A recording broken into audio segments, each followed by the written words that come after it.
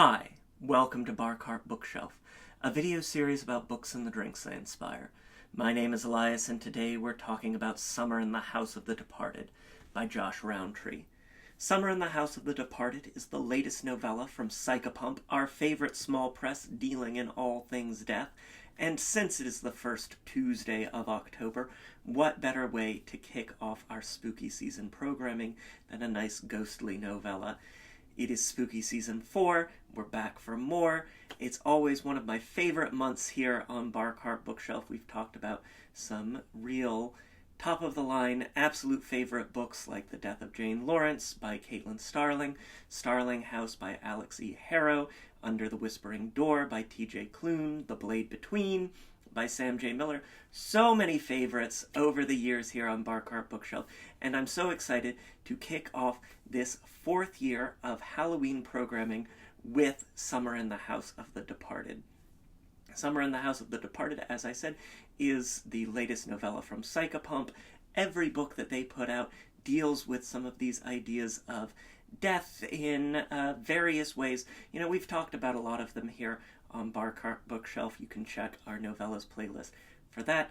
And so what better way to kick off our October than something nice and ghostly? Summer in the House of the Departed is the story of a child, Brady, who is spending the summer with his grandmother, a paranormal researcher in East Texas, in an extremely haunted house.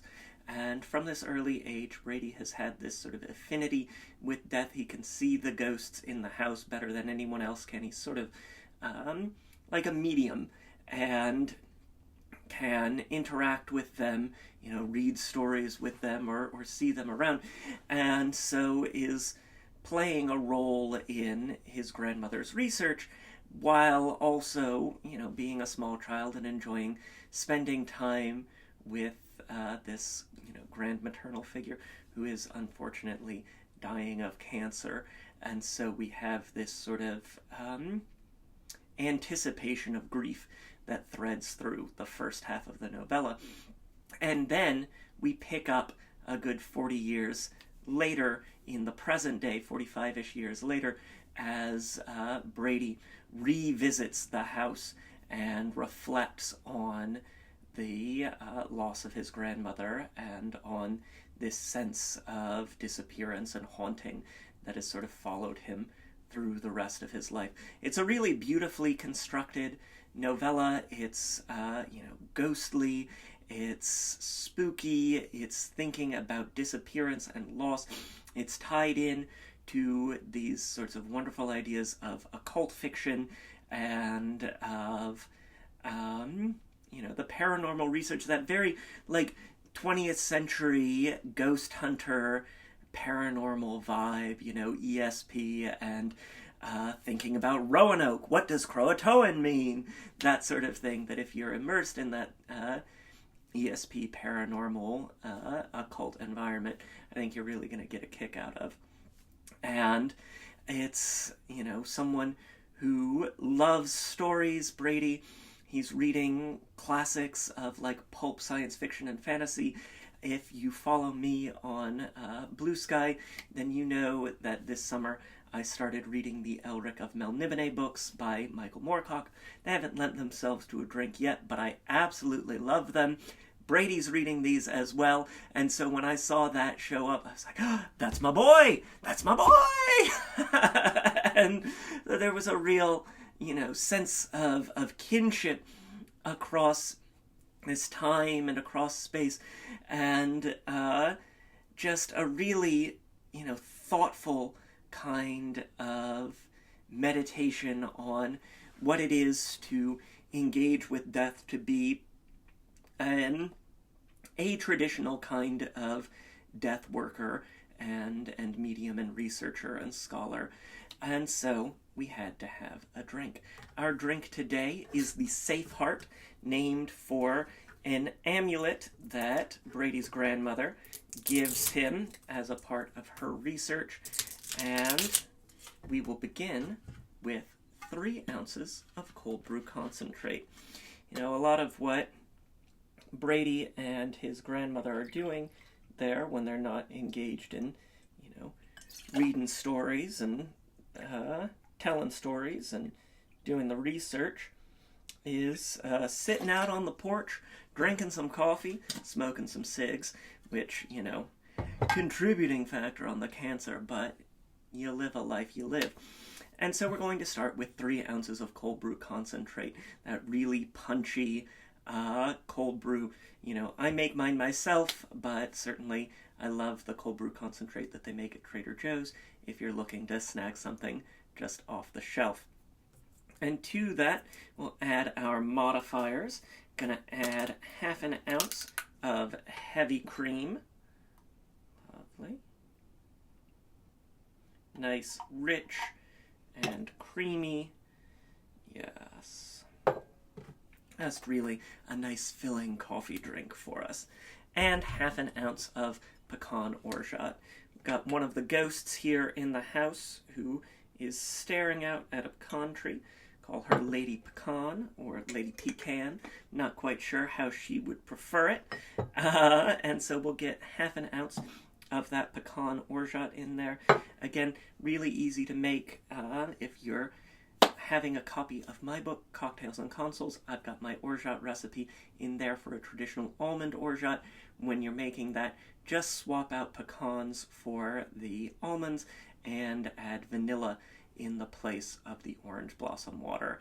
It's a really great fall syrup. I love using the pecan nut meal on ice cream that's left over after making the syrup, and really makes some great autumnal drinks, something that's a little bit richer and darker than a traditional orgeat. It's a syrup we've used here on in the past, including in spooky season, such as the Foxy's Julep for Tea Kingfishers, the Twisted Ones, from our very first year of Bar Cart Bookshelf Spooky Season.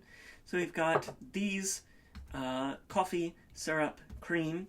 We'll add some more modifiers here. As I said, we're smoking some cigarettes there on that porch. So we're going to get a couple of droppers full of the Pooter Smoke and Salt bitters from Crude Bitters in North Carolina. Really nice way to add a touch of smokiness to a drink to give yourself that punch of smoke and have a little more control than you would with like a mezcal or a scotch. And of course, we want to keep it alcohol-free or incredibly low alcohol. The bitters are made with alcohol, but again, it is such a negligible amount that it really doesn't change it from a mocktail. If you are like hardline 100% alcohol-free, check out Fee Brothers bitters. And these are made with glycerin instead of alcohol, or El Guapo bitters as well for those totally alcohol-free bitters options. Then finally, Brady's grandmother has an assistant who comes to help her with her research, a student at the university.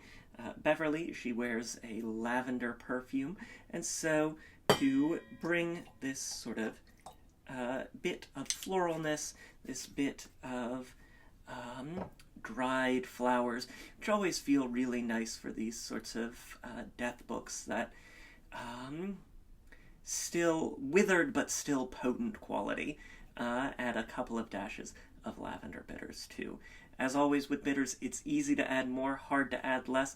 Start with a few, try it out, and if you want a little more of that punch, add some more. You can do that. It's okay. We'll get this capped and give a nice little dry shake here to help froth that heavy cream some.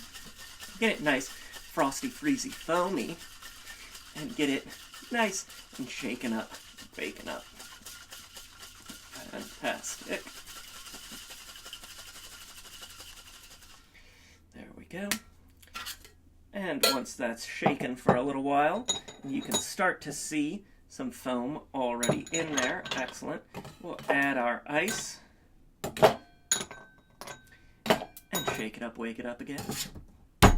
Because we got to do things twice. We're going back. We're going back years later. We're shaking and baking.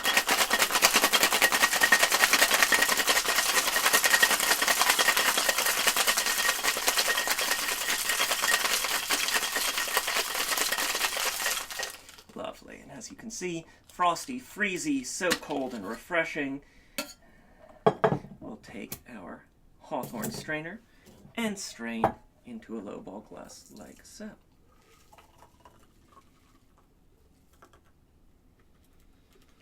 Perfect. And that'll keep you safe from ghosts. There you have it. This is the Safeheart, inspired by Summer in the House of the Departed. Summer in the House of the Departed is available now. I've got a link to snag it in the description down below. A huge thank you to Psychopomp for sending this one my way to read and review. I always really love the books that they are putting out. And with that in mind, Psychopomp is doing their 2026 fundraiser right now. Gonna bring us another great year of the Deadlands magazine and another great novella series. I've got a link to support that in the description down below. I really love what they do. I think you all will too if you haven't checked them out already. I highly encourage you to do so. We've got links to purchase my book, Cocktails and Consoles, 75 Cocktails and Mocktails to level up your game night, all inspired by video games. I think you'll have a lot of fun with that as well. Got links to various forms of social media, including Blue Sky and Instagram, where there's always a written version of today's recipe. Try the drink. Let me know what you think in the comments down below. And until next time, cheers.